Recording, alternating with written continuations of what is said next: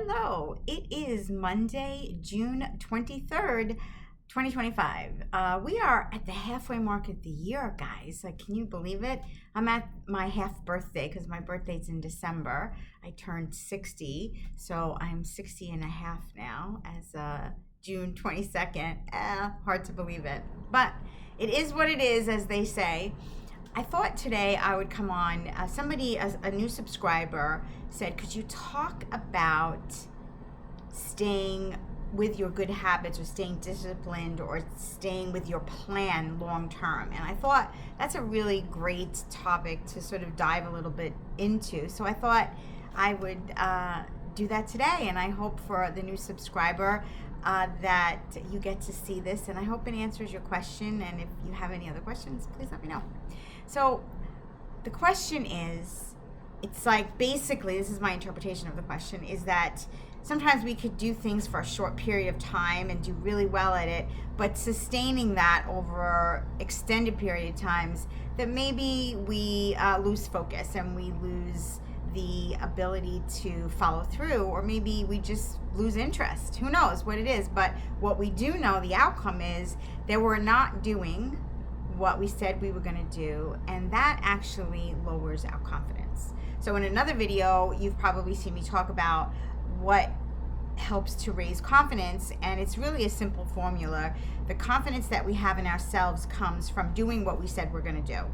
And the more we do that, the more our brain recognizes that we do that, the more we start to build that internal sense of self, internal sense of, when I say I'm going to do something, I do it. And I think confidence, the foundation of confidence is trust within yourself. And I think that's very, very important. And trust within yourself, very often, the foundation of that comes from knowing that you do what you say you're going to do, right? You're going to follow through. Like, I'm the type of person that follows through. So that's that piece of it. The other piece of it is, how do you sustain those good habits for a long period of time?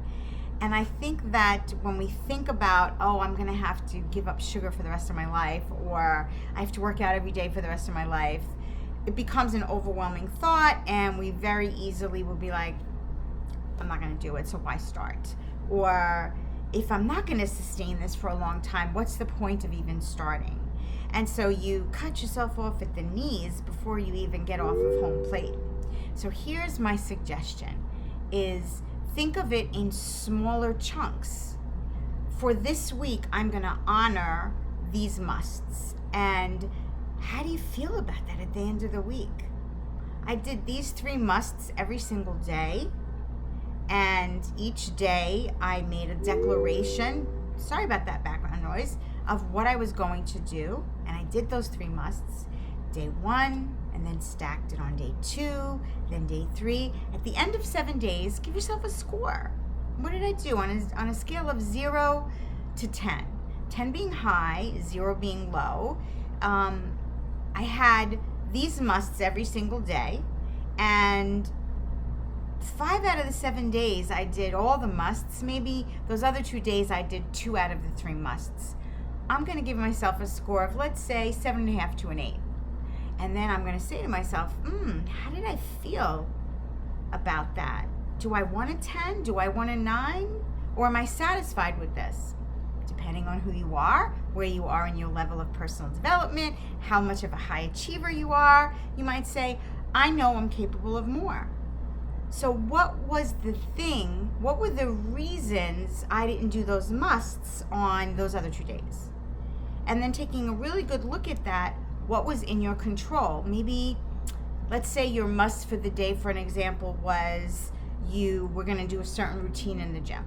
Or my thing is 60 push-ups, right? So if I didn't do it, what was it? Was I really physically too tired? Or was I distracted? Or did I get to the gym too late? Did I not control my morning ritual? What is it that got me in the place that following through on that must became really difficult? What did I sort of let myself off the hook? That self-awareness and that self-feedback is really the key in how you can move forward. It's like, okay, I recognize it, and then you make a decision You make a choice if you're happy with it or not happy with it. I'm not here to tell you what you should or shouldn't do. That's not what I'm here to do. I'm here to show you a path forward if there is something that you want to accomplish. These are some tools and strategies and little mind games you play with yourself to help you to move forward from where you are to where you want to be. So to just recap that really quickly, I'll leave the confidence part out, is if you really want to have long-term discipline and long-term habits, tracking, measuring, self-feedback is really key to it. And one of the things I do with my clients with your Design Your Day is, let's see, what do I score myself? And then what did I learn from that? What were the wins from that week? What were the challenges? What are the pivots I need to do so that if I want my score to go from an 8 to a 9 or a 10, this is what I have to do.